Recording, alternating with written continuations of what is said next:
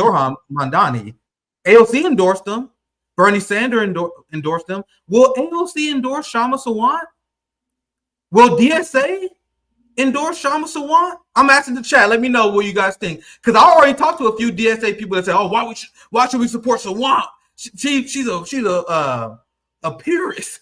She breaks up organizations." Like I already seen people saying it. The DSA people. So think about this. If you're in the DSA and you don't support a Kshama Sawant who is running as an independent socialist, you're essentially determining who you support based on who's a Democrat or not.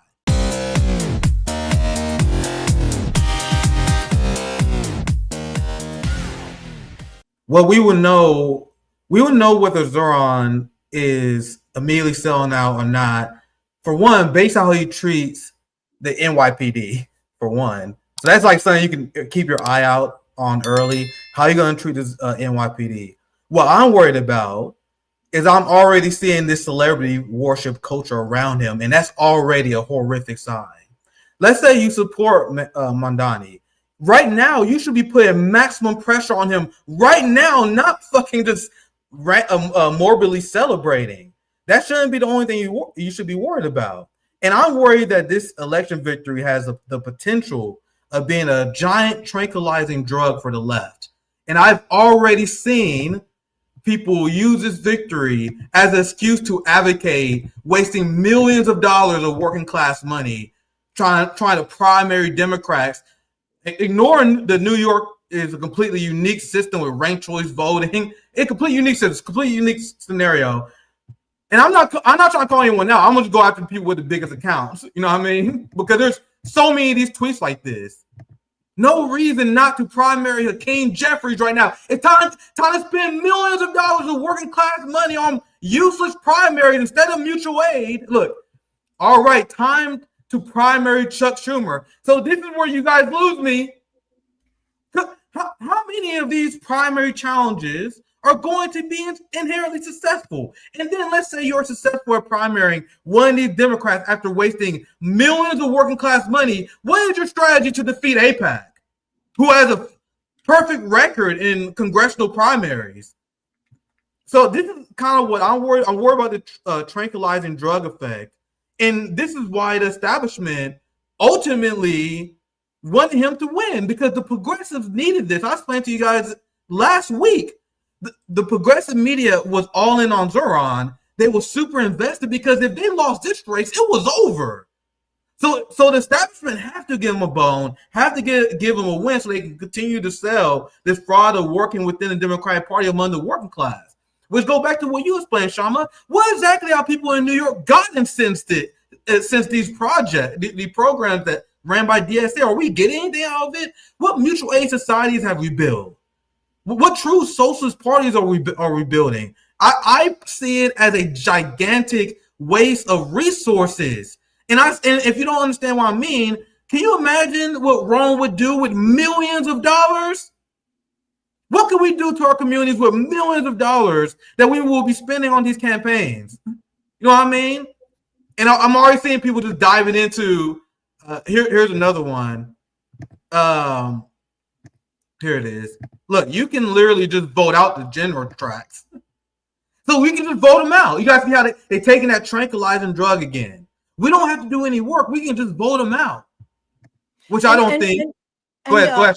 No, just not to interrupt you, but this word gerontocrats, it's referring to, I believe, older people. And so it is missing the point. It's not about older or younger. It's about class. You know, you can have somebody as young as AOC and she can be a total sellout as well. You know, it's you know, so I think we have to insist on you looking at these issues and analyzing these developments through a class lens. We have to be relentless about that, because otherwise we can be led astray. You know, it's not about young versus old. It's about the working class versus the billionaire class. And actually, for that matter, even though you have exceptions like AOC who dethroned someone like Joe Crowley, in reality, for the most part, the Democratic Party does not like any challenges to their established Congress members. Why? Because the the big business interests, Wall Street billionaires, the weapons manufacturers, the war profiteers, the health insurance industry, who again profit off the misery and death of working class people in America and poor people in America.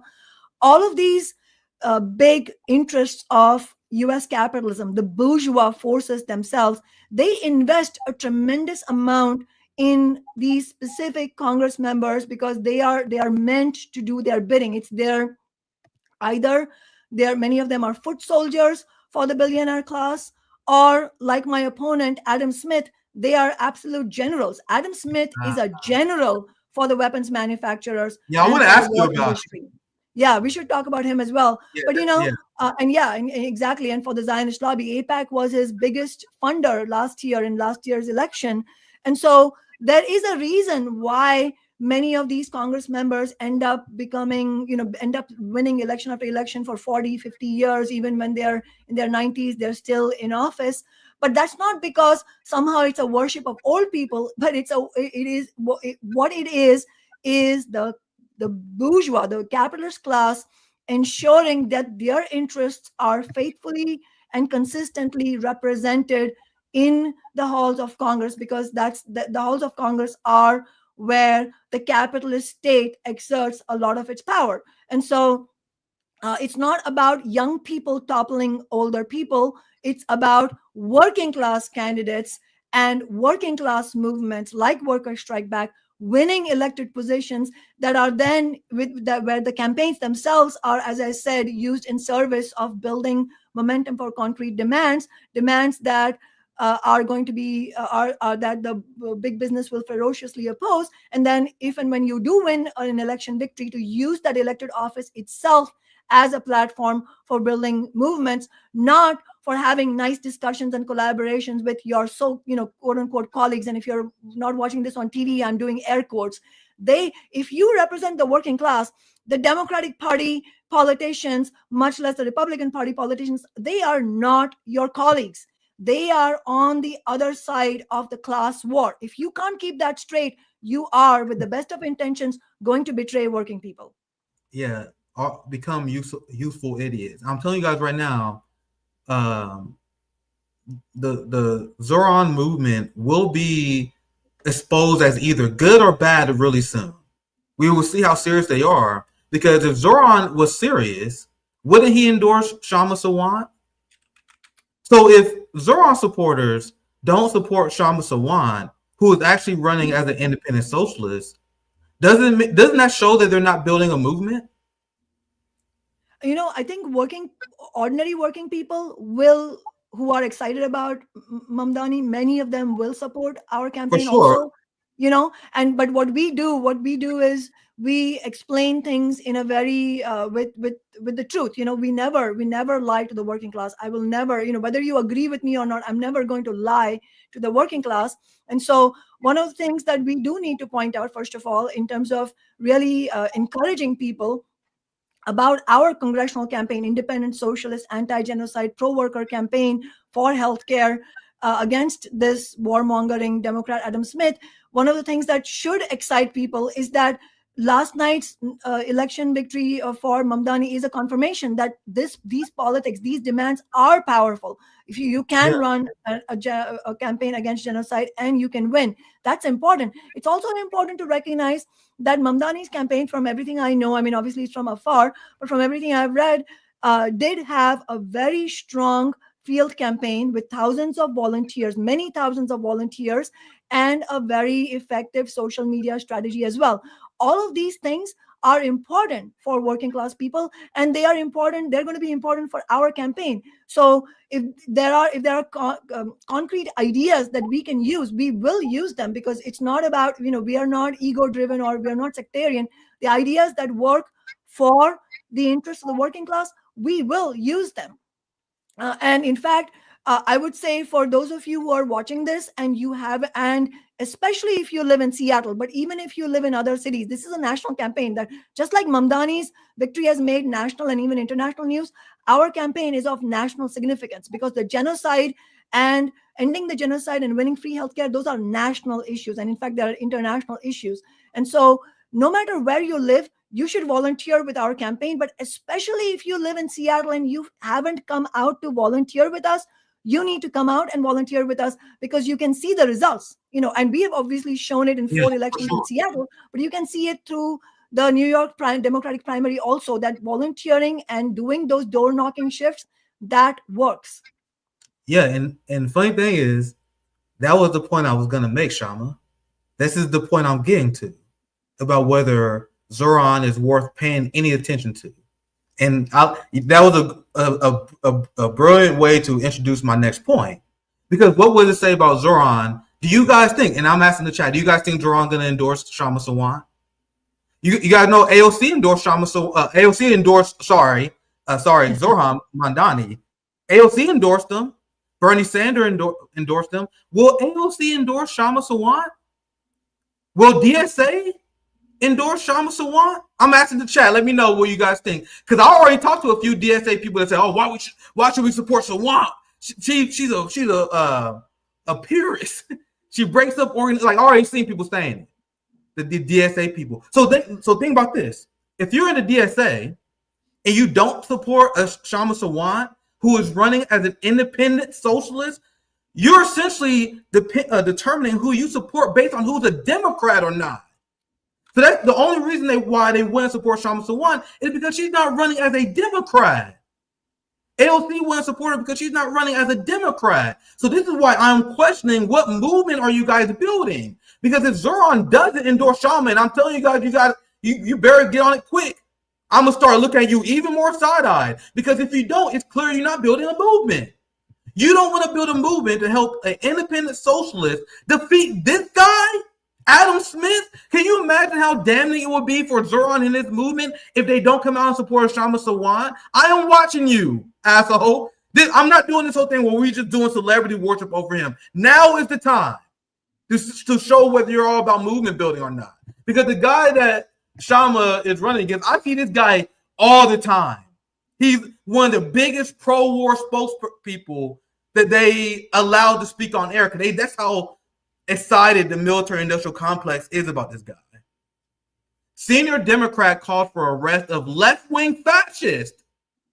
So guys, you guys realize that Kshama Sawant is literally running against a fascist who called for the arrest of people who are protesting the genocide.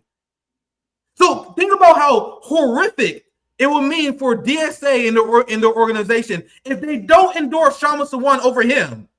What would that say? I'm watching. Zohran, I'm watching. AOC, we're watching. If they don't endorse Kshama, that is how I know the Zohran Mamdani movement is fake, my friends. I want to get to what your thoughts on Iran, but do you have any other thoughts about Adam Smith? I've seen him around a lot, promoting war. Do you have anything else you want to say about your opponent, about your platform as well? I want to get to some of your domestic platforms. We also haven't covered Israel and Iran. I want to get to that quickly as well. They have a giant NATO summit. I don't know if we had time to cover that, but I want to cover that as well. But anything else you want to talk about regarding your platform, regarding your opponent, I can do. And trust me, guys, I'm gonna have my eyes on Adam Smith too, because I see him everywhere saying the most batshit crazy things. Let me read the subheadline now. I want you to respond, Kshama. Congressman Adam Smith says totalitarian protesters, are trying to silence anyone who dares to disagree with him. This is the level of stupidity that Kshama has to deal with. So what's your thoughts, Kshama? Any final thoughts you have before I move on to? I'm glad you brought up how he called anti-genocide protesters, protesters against the genocide. He called them left-wing fascists and he called them totalitarian. I mean, that is some classic Orwellian language, and or in modern parlance, political gaslighting, where they are the ones who are, the U.S. capitalism is as Chomsky said, it's and he said this about corporations in general, but overall, that what he said applies to capitalism as a whole, which is that it's the most totalitarian regime you would ever see, capitalism itself as a system. And so to turn around and call ordinary working people who are not willing to stand by silently when hundreds of thousands of Palestinians are being slaughtered, calling them totalitarian, that is deeply disturbing, but it's also very much in the playbook of imperialism and both the Democratic and Republican parties. And this guy, it's really important to see who he is. I mean, as you said, he is an arch warmonger. He is, and as I've said, he is a general among the war hawks. He is not a foot soldier. He's been in Congress for almost 30 years. He has the distinction of being one of the five current Congress members who also voted for the Iraq war back in 2002. He voted to create ICE. So if you're angry at the deportation, yeah, he is one of them. And he didn't, and he's not a wallflower, this guy. When he votes on something, he goes full throatedly. He is corralling the rest of the Democrats to do the bidding. He's the enforcer. He's one of the enforcers. This is how these parties operate. Like Chuck Schumer and Nancy Pelosi, they are two arch enforcers, but Adam Smith is an enforcer like them. He corrals the Democratic Party politicians, elected officials, into a disciplined advocacy for the ruling class, for the warmongers. I mean, at one time when he was the chair of the House Armed Services Committee, one of his aides, I can't remember his name, but he then became a lobbyist for Palantir, which is one of the most dystopian corporations that is profiting. Alexander Karp, the CEO, and Peter Thiel, the founder.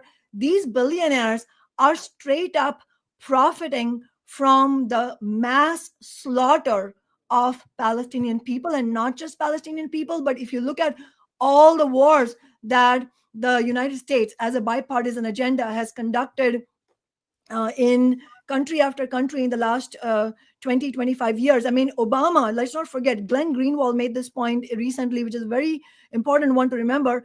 In 2016, in his last year as president, Obama invaded 7 different countries: Syria, Libya, Iraq, and Afghanistan, and Somalia. I mean, the list goes on and on. And in fact, the point that Greenwald makes is that the only country missing there was Iran, and now they're trying to cover that as well. And so Adam Smith has the blood on his hands, not only of the over 400,000 Palestinians who have been killed, according to the medical journal Lancet, but he also has the blood on his hands of 1 million Iraqis and the countless people who have died who have been killed in all these other countries through U.S. military assault or through U.S. proxies. I mean, the only way to understand Israel is to understand the fact that Israel doesn't act on its own. The Israeli state has to be understood in a historically factual way. You cannot, the way corporate media presents it is completely ahistorical, very deliberately.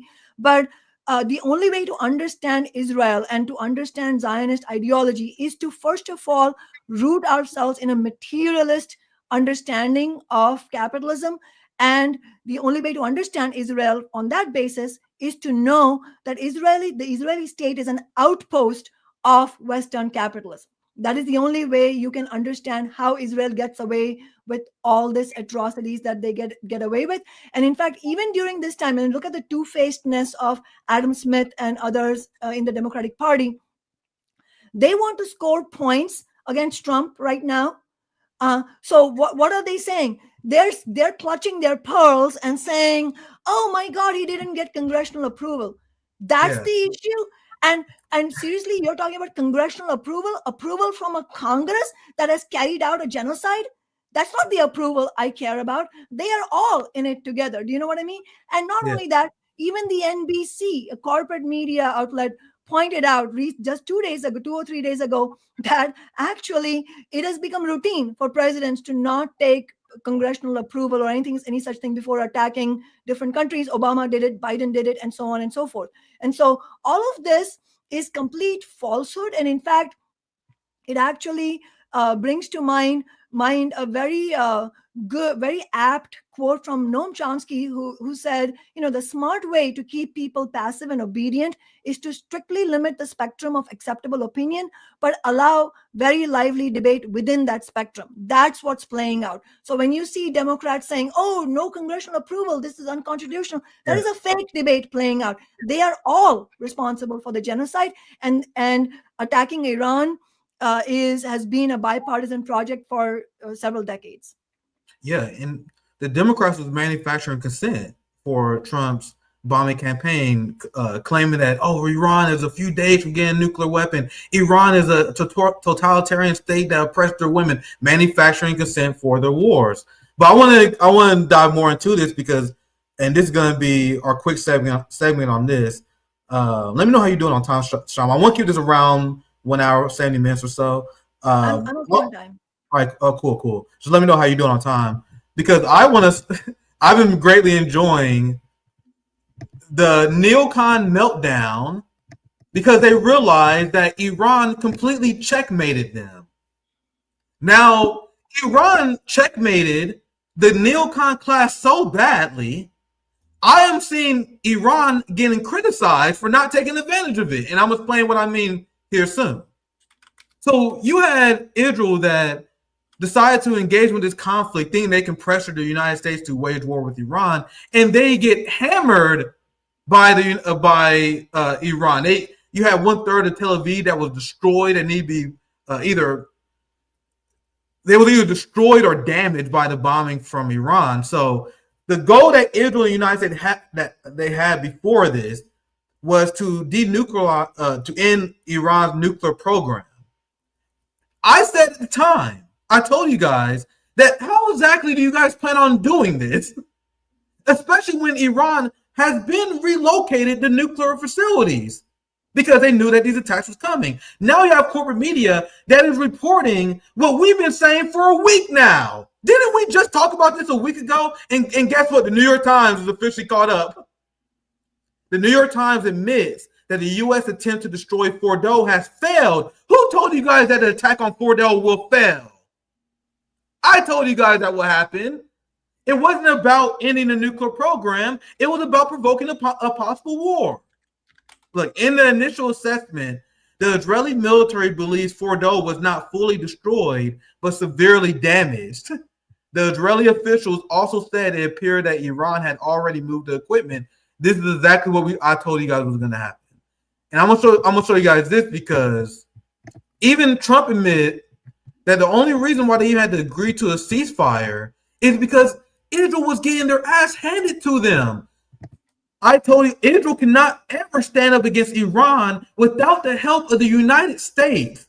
Benjamin Netanyahu wants to get the United States involved, and when Israel tried to take on Iran, they took on massive damage. You're Trump.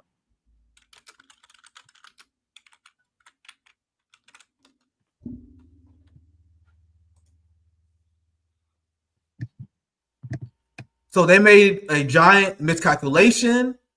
They realized that, we can't actually defend ourselves against Iran. And Trump sending ground troops in to help Israel is deeply unpopular. Do you guys think Israel, who they were just pumping their chest? You guys couldn't hear him? Can you guys hear him? I don't know if the audio was working. Oh, you couldn't hear him? I'm sorry, guys. That was a video messing up. I summed it up. Trump was essentially saying that Israel got hit very hard by Iran. I'm going to see if I can reload it here. And let me know if the sound work here. I don't know why it messed up. Israel got hit very hard, especially the last couple of days. Israel was hit really hard.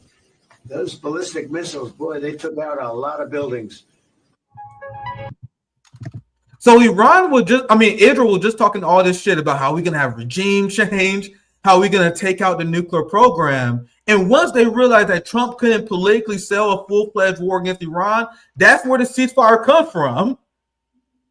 And then now Israel wanted to propose a ceasefire because of this, which will allow them to pull back and possibly refresh for their potential war with Iran, because many Israeli officials already said that their conflict with Iran is still not already done. They just need a break.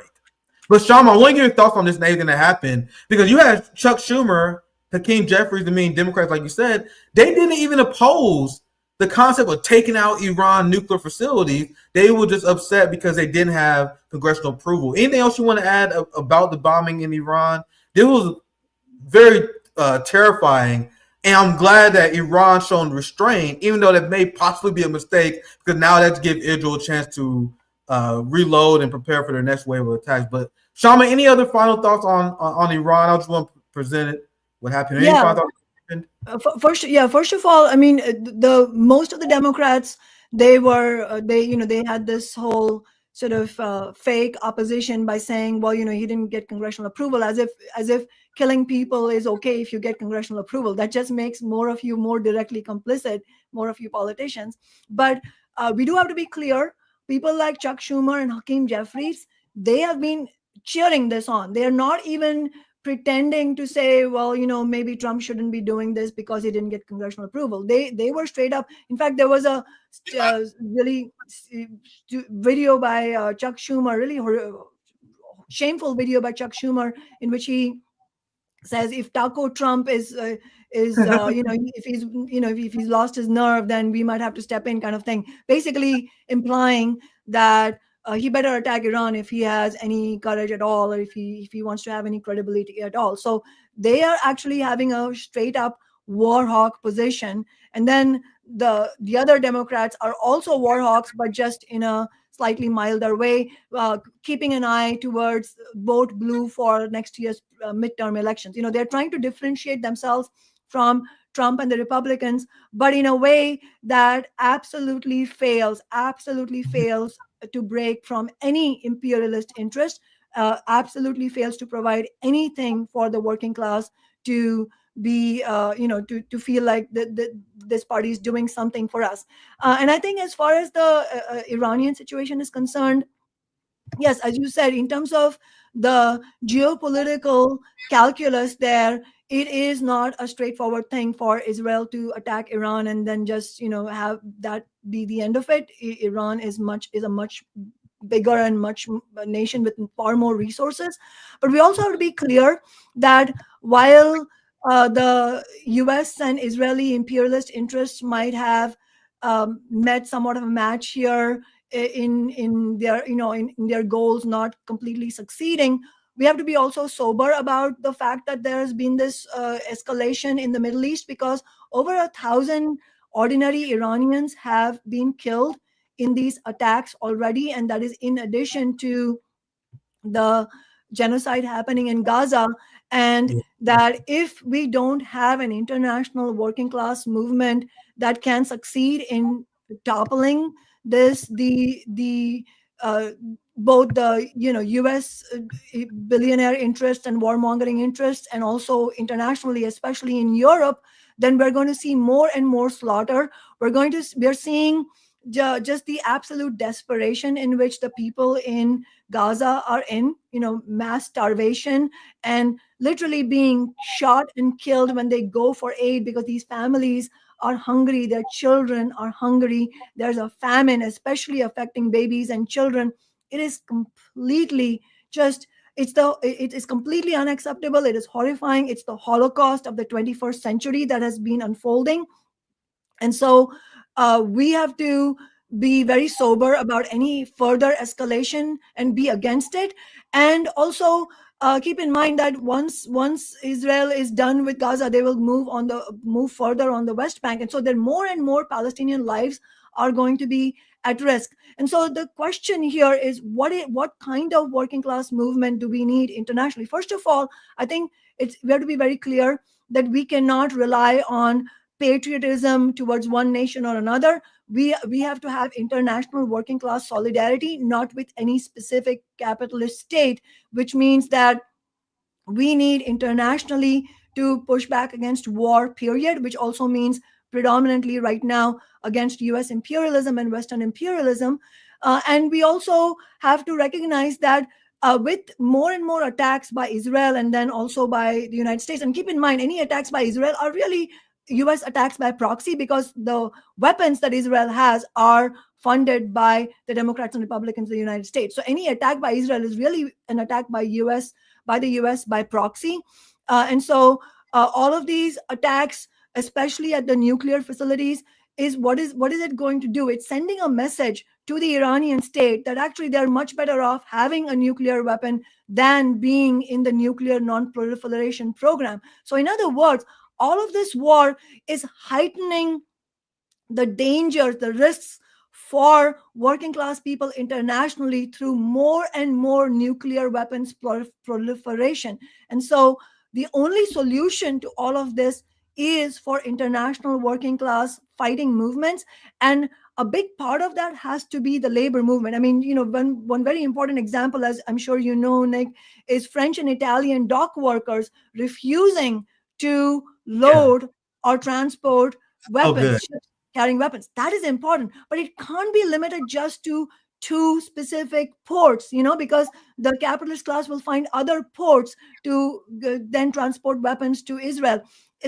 Most important is the question of US port workers. The labor leadership in the longshore workers unions in both coasts, both on the West Coast and the East Coast, they have a tremendous historic responsibility on their shoulders.